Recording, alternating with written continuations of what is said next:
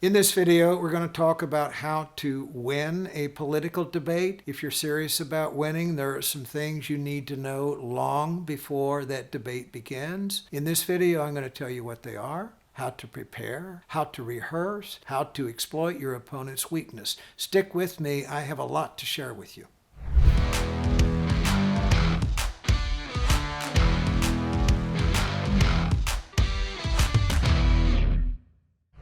What we're going to do is talk about the things you need to know before it starts. The format, the rules, what I call the terms of engagement. Then we're going to do a deep dive into how to exploit your opponent's weakness. And I'm going to follow that with some examples about how that tactic was used by candidates to win a debate. Stay with me.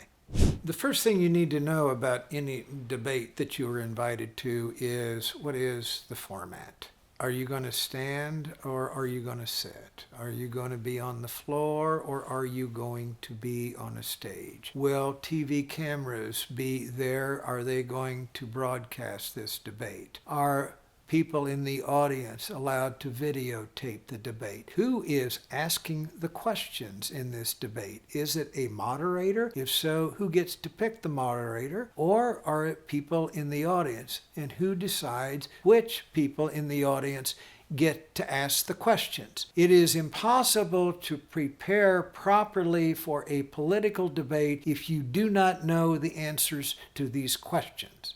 The second thing you need to know are what are the rules? Is there an opening statement? If so, how long is that opening statement supposed to be? Is there a closing statement? How long is the closing statement going to be? How long do you have to answer questions that are posed to you in the debate? Does your opponent have a chance to rebut what you just said? How long do they have to do that? Do you have a chance to respond to the rebuttal of your opponent? During the course of the debate, are you allowed to ask questions of your opponent or are they allowed to ask questions of you? During the debate, if you're not talking, is your microphone turned off? Or if you interrupt your opponent while they're speaking, is your microphone going to be on for the audience to hear? All of these things are important to know going into the debate because it affects the strategy of how you prepare for this debate.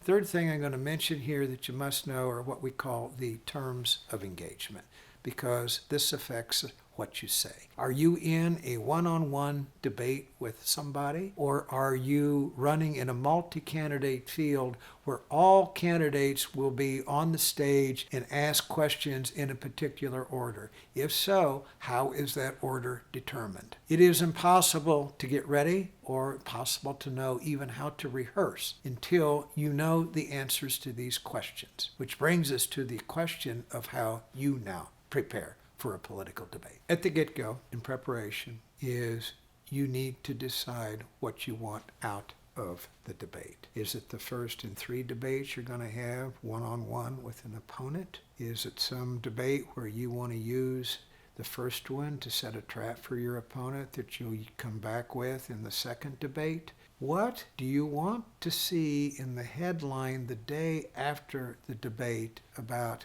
what was said during that debate? Now, generally, always this comes down to how do you use this debate to exploit the weaknesses of your opponent? How do you use this debate to stress the strengths that you have as a candidate? So, for example, if you are in a jurisdiction, I'll just use this as a hypothetical. If you happen to be pro-choice and your opponent is pro-life, and you're running in a district where a majority of the voters are pro-choice, you want to look for ways to point out that your opponent is on the wrong side of an issue that is very important to the people in your jurisdiction. If you do that, you will score points. You want to also look for other areas where, thematically, what is your opponent's inherent weakness? Is it because there are not enough people in that party that can carry your opponent to victory? Is it because of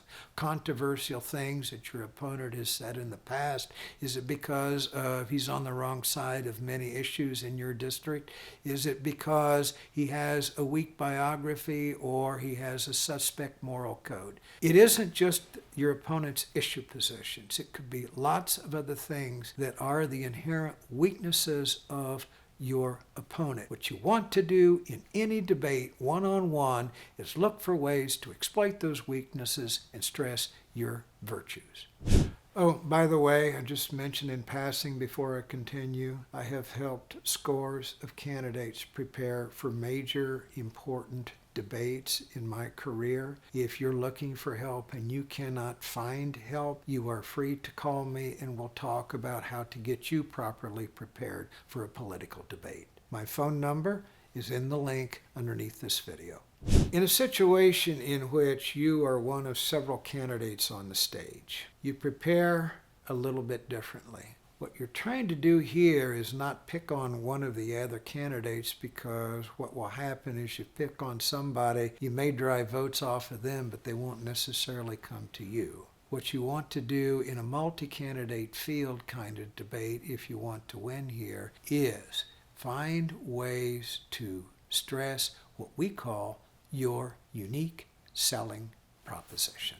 So, some examples here. I was involved in a campaign in Nashville, Tennessee a while back, and they had a 7-way debate. Education's an important issue in Nashville, and one of the 7 candidates was a teacher. What do you suppose she mentioned every time it was her turn to talk? She found a way to say that she was the only teacher running for mayor of Nashville. That was one of her unique selling propositions. So, what are yours? Take a look at the other candidates participating in the debate and look for things that you can say that no one else can say. It may be some piece of your biography. It may be some community organization that you helped that no one else did. It may be your position on a particular issue where everybody else is on the other side. It may be some unique story that you have to tell that no one else can. But what you want to do in a multi-candidate field, keep in mind,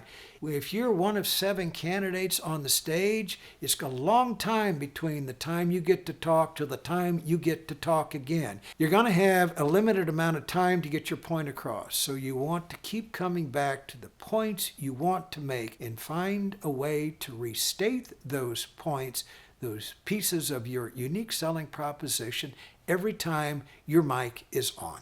Well, man, this video has gotten just a hair bit long, so we're going to break it in 2 parts. So stay tuned for part 2, where we'll continue this discussion.